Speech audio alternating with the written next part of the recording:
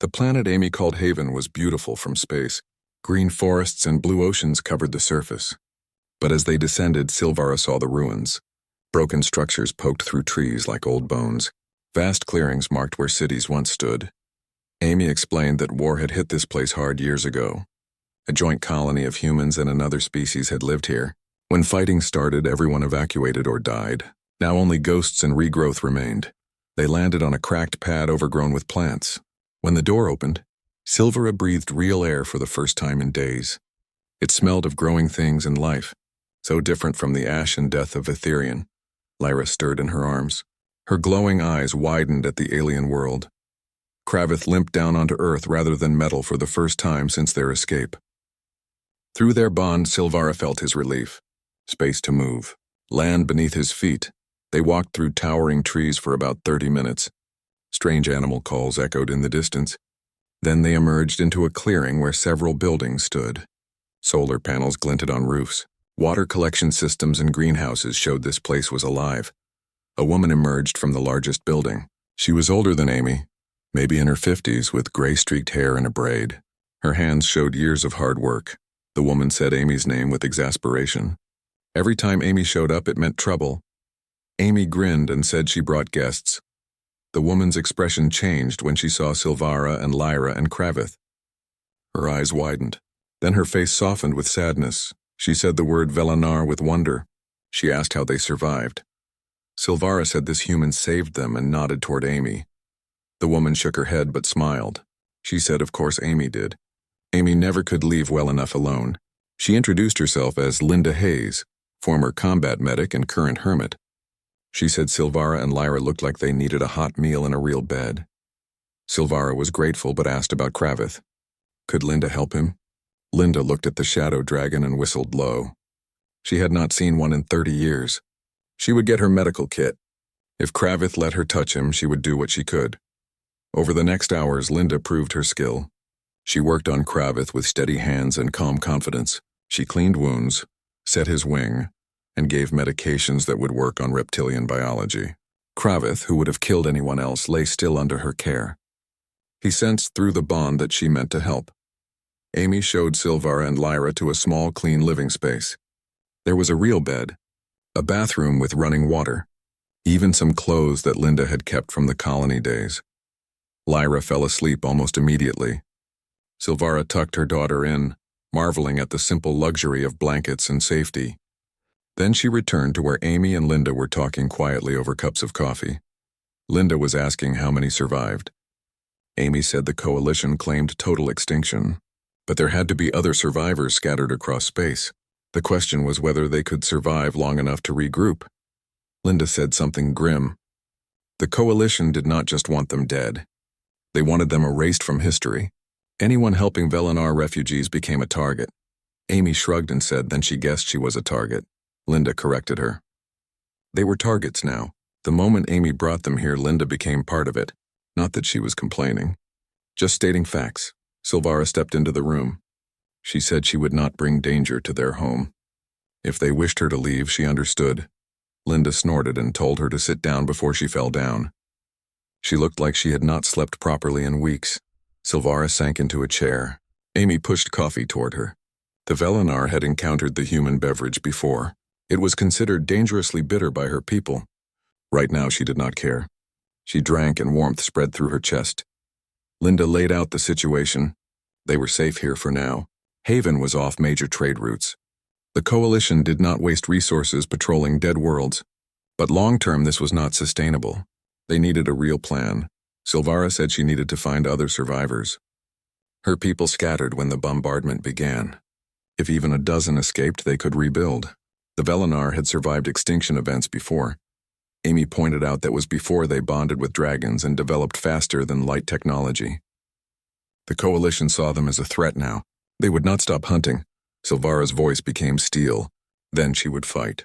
She was a night warden. She commanded fleets. She knew how the coalition thought and organized their hunts. And she had one advantage they did not expect. Linda asked what that was. Silvara looked at Amy. She said she had human allies. And humans, as the coalition was learning, were very difficult to kill and impossible to intimidate. Amy laughed at that, surprised and delighted. They talked long into the night, forming plans. Amy would use her smuggling contacts to search for other Velinar survivors. Linda would work on forging identification documents. Silvara would train and rebuild her strength. It was not much. It was not enough. But it was a start. That night, Silvara lay in an actual bed for the first time in months. Lyra curled against her side. She allowed herself to weep. Not from despair, but from exhaustion and relief and the overwhelming weight of everything she had lost. But she also felt Kravith's presence through their bond. Stronger now. She felt Amy and Linda's kindness. She felt Lyra's heartbeat, steady and strong, a promise of the future. The Coalition wanted the Velinar extinct, but they had made an error. They left survivors, and one of those survivors was a mother with nothing left to lose and a dragon at her side. Silvara smiled in the darkness. Let the Coalition celebrate their victory. Let them believe the threat was ended. They would learn that you do not extinguish a fire by scattering the embers. You just ensure it spreads. The war was only beginning, and this time the Velinar would have allies. The ship shook as it climbed through the atmosphere.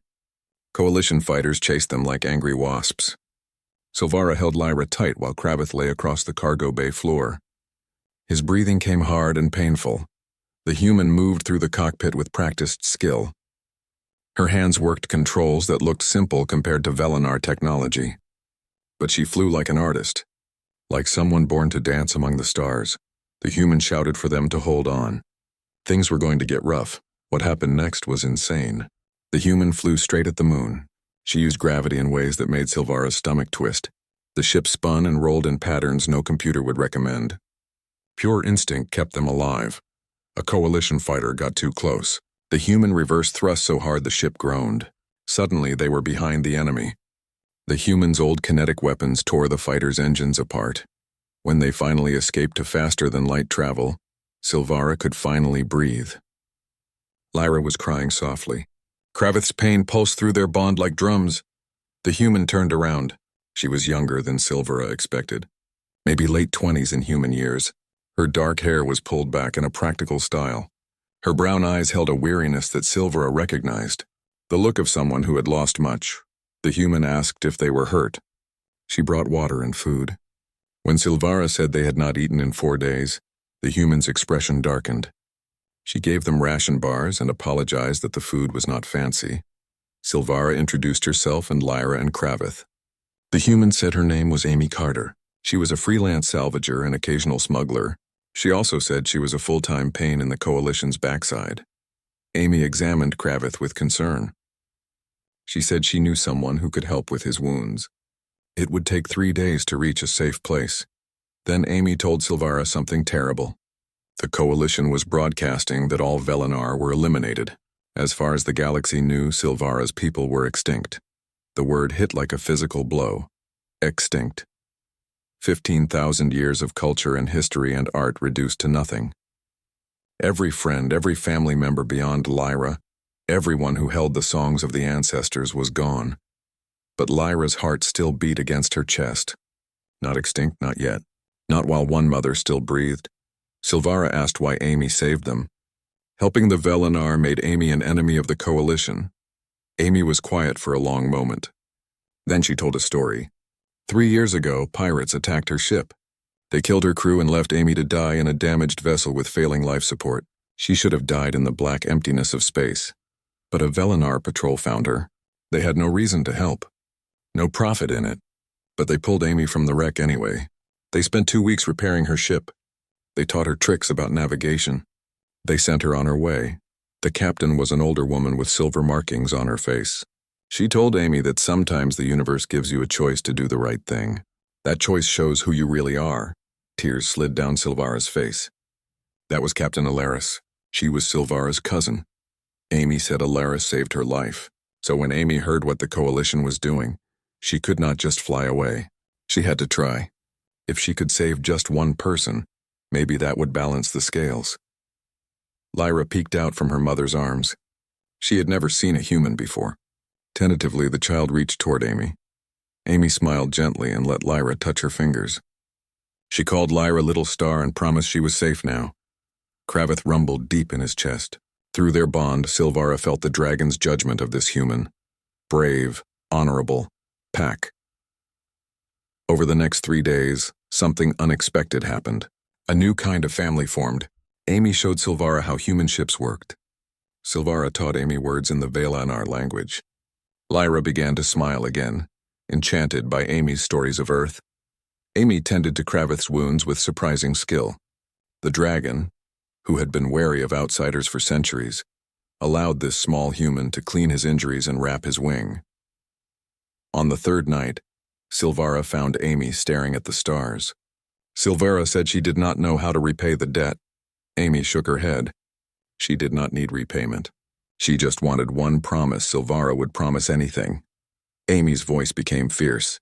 She said to survive, to keep the Velanar memory alive, to not let the Coalition erase what they were, and someday, when safe and strong again, to help someone else who needed it, to pass the kindness forward. Silvara placed her hand over her heart in a gesture of deepest respect. She swore on her daughter's future and Kravith's flame, and the memory of every fallen Velanar that they would survive. She swore to remember that a human named Amy Carter showed them that kindness still existed in the galaxy. As their ship descended toward the green world below, Silvara felt not just hope, but purpose.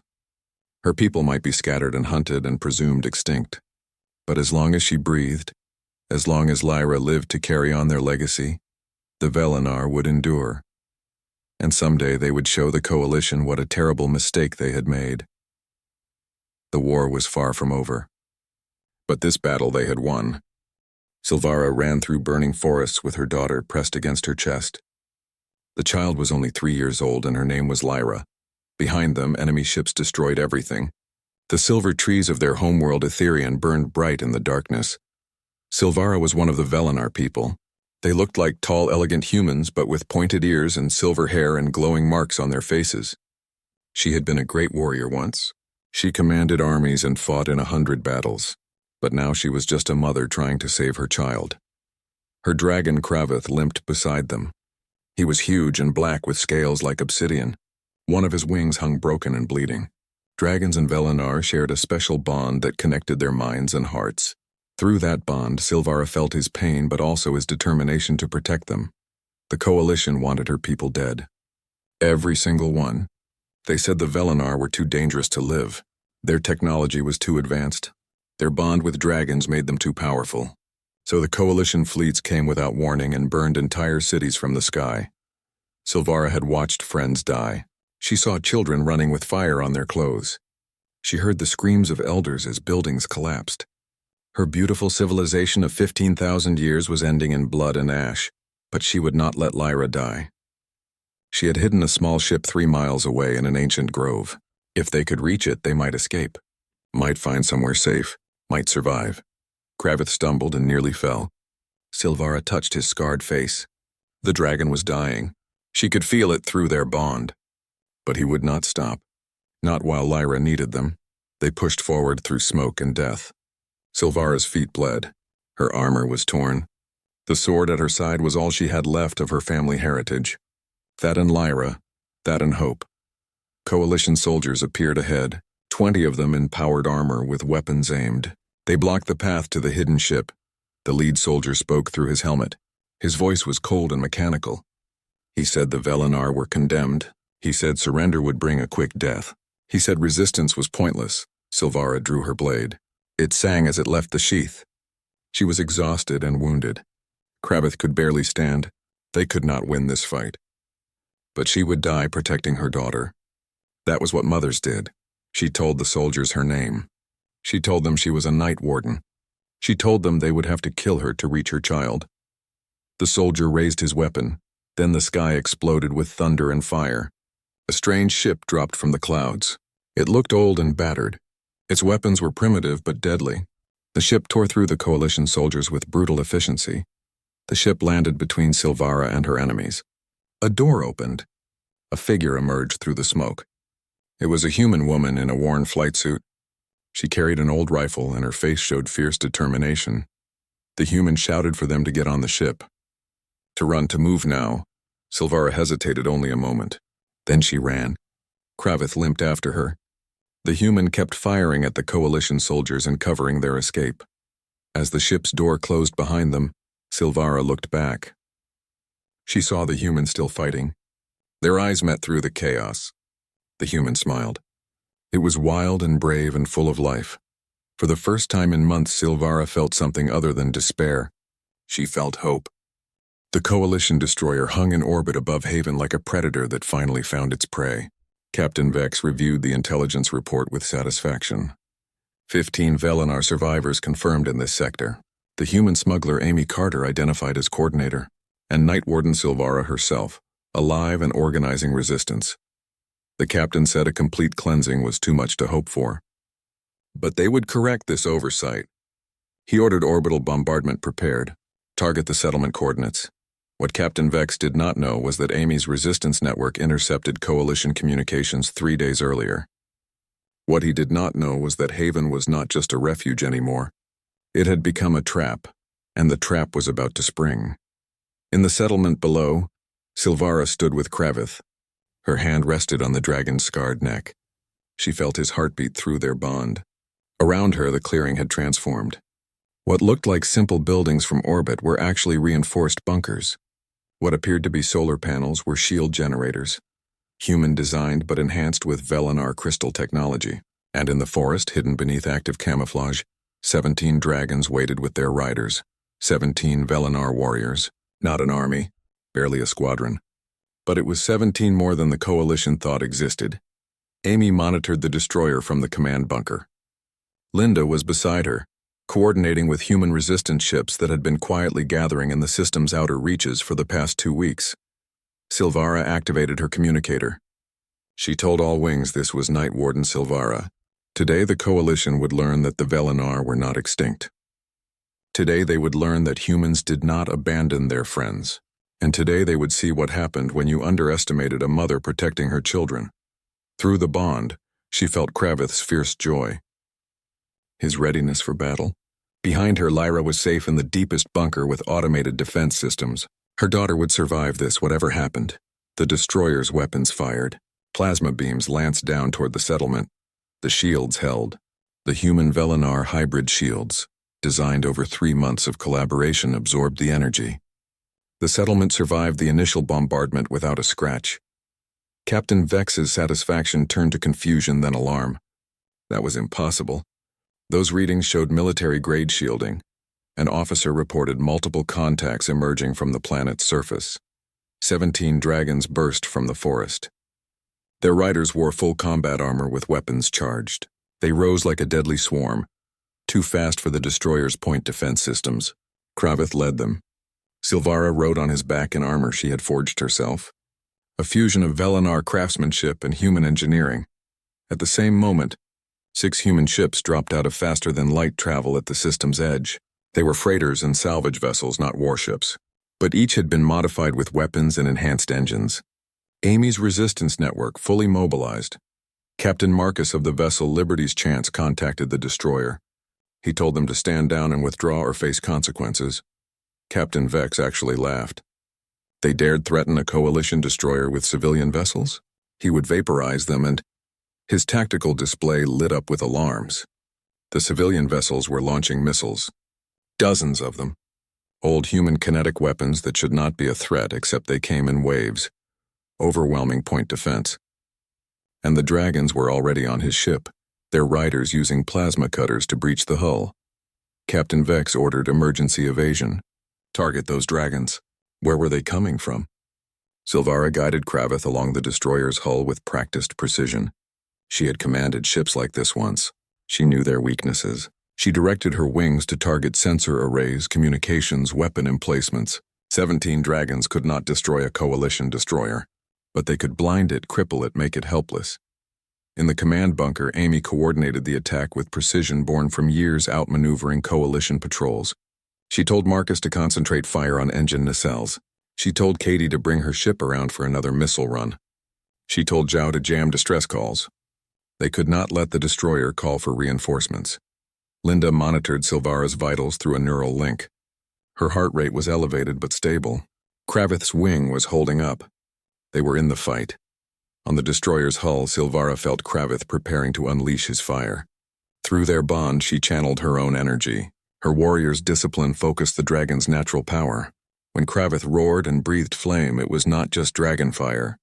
It was plasma-enhanced, crystal-focused, hot enough to melt through reinforced armor. The destroyer's main weapons array exploded in cascading detonations. Captain Vex realized with dawning horror that he was losing.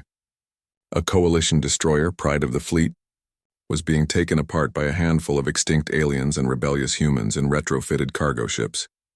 He ordered all hands to abandon ship. Evacuate. Silvara called off her wings. They were not murderers. The moment coalition crew began escaping in life pods, the dragons withdrew. The human ships, following a prearranged plan, began collecting the life pods, taking the crew as prisoners rather than killing them. The destroyer, crippled and burning, drifted in Haven's orbit. A monument to coalition arrogance and the first victory of the Velenar resistance. As Kravith descended toward the settlement, Silvara allowed herself to feel triumph. They had won. Against all odds, a handful of survivors defeated a warship, but as she dismounted and removed her helmet, as Lyra ran from the bunker into her arms, crying with relief and joy, Silvara knew this was just the beginning. The coalition would send more ships. They would escalate.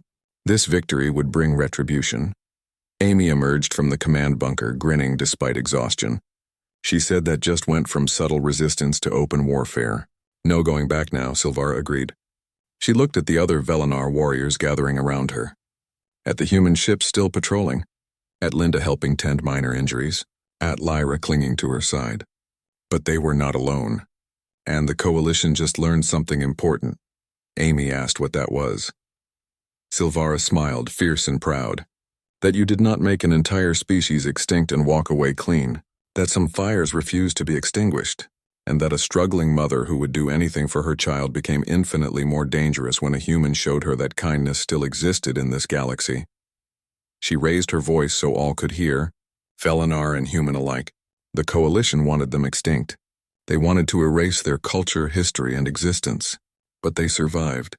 They found allies. And now they fought back. Not for revenge, though that was deserved too. They fought so their children could live free. They fought so the galaxy remembered that the Velenar walked among the stars with honor. They fought because humans named Amy Carter and Linda, Hayes and Marcus and Katie, and Zhao and countless others showed them that some species still believed in justice. The cheer that went up was in multiple languages, but the meaning was universal. Hope, defiance, unity. Kravith roared, his cry echoing across the settlement. The other dragons joined in. It was a sound not heard in coalition space for months. The song of dragons and the warriors who rode them. That night, as Silvara tucked Lyra into bed, her daughter asked the question on her mind since the battle. Were they going to win? Silvara thought about the coalition's vast fleets, their resources, their ruthless efficiency. She thought about the handful of survivors scattered across the stars. The odds were impossible, but she also thought about Amy's fierce grin as she flew into danger to save strangers. Linda's steady hands tending Kravith's wounds. Marcus and other humans risking everything to fight injustice. The 17 Velenar warriors who found each other across the void. Silvara said honestly that she did not know. But she knew they were going to try. And she knew they were not alone. Sometimes that was enough. Lyra fell asleep with a smile. Silvara returned to the common room where Amy and Linda were already planning the next move. There would be more battles, more losses.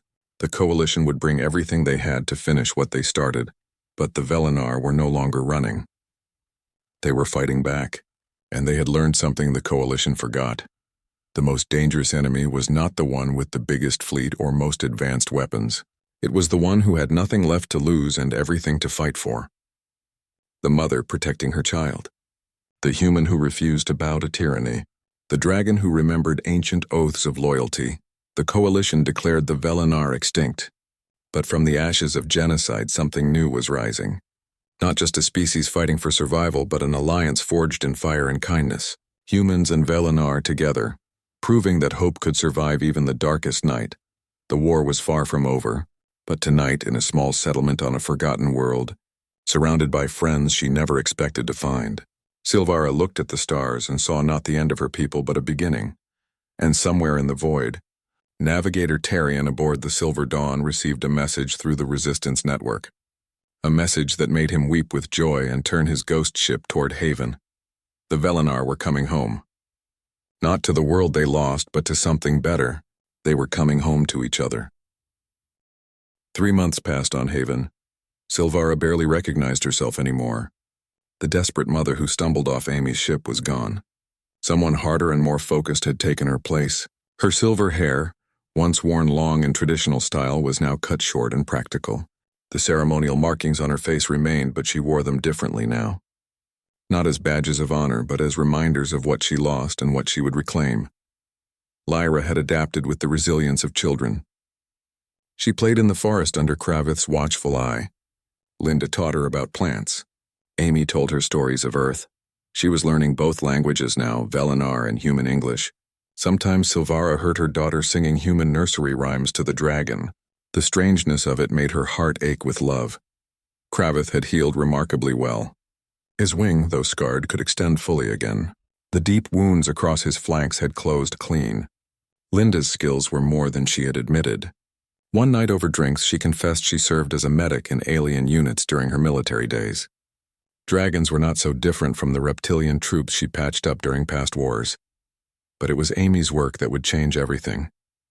Amy spent 3 months flying between distant worlds, trading and smuggling and quietly asking questions. She was careful, never direct, always approaching the subject of Velenar survivors through layers of misdirection. The Coalition had spies everywhere. One wrong word could bring warships down on Haven. It was late evening when Amy returned from her latest trip. Her ship's engines were still cooling as she burst into the common building where Silvara was teaching Lyra to write in Velenar script. Amy said she found them. She found other survivors. Silvara stood so quickly she knocked over her chair. She asked how many and where. Amy spread a datapad on the table showing star charts with subtle marks. At least 15 scattered across 4 systems. Maybe more. A group of engineers on a space station hiding among human workers. A family on an agricultural world claiming to be refugees from elsewhere. And at least 5 individual warriors who had gone to ground in distant colonies. Silvara breathed thanks to the ancestors. 15. That was enough. That was a beginning, Amy continued. She heard rumors of a Velenar ship that escaped the initial bombardment. A science vessel called the Silver Dawn. No confirmed sightings, but there was talk of a ghost ship appearing in dead systems, scavenging and then vanishing before anyone could investigate. Silvara said the Silver Dawn was commanded by Navigator Tarian. If he survived, he would have taken the ship deep into uncharted space. He was always cautious to the point of paranoia. Linda brought coffee and sat down. 15 survivors was good news, but it created a problem. How could they contact them without exposing them to Coalition attention? The moment they started gathering, they became a target. Silvara said they needed a secure communication network, something the Coalition could not trace. Amy grinned. She had been talking to friends in the smuggling community. Humans had gotten really good at hiding communications from the Coalition. They had been running an underground network for years, coordinating resistance cells and moving contraband. Silvara was surprised. Humans had a resistance? Amy explained that the Coalition liked to pretend humanity was unified and obedient. But that was propaganda. Dozens of human colonies and independent ships never accepted Coalition authority. The Coalition could not hunt them all down without starting a war they could not afford. If they adapted the network for Velenar use, they could coordinate without detection. Over the next weeks, they built something unprecedented. Using Linda's technical expertise, Amy's smuggling contacts, and Silvara's knowledge of Velenar communications, they created a hybrid system. Messages disguised as commercial traffic, encrypted with both human and Velenar algorithms, transmitted through a network of sympathetic ships and stations. The first message Silvara sent was simple.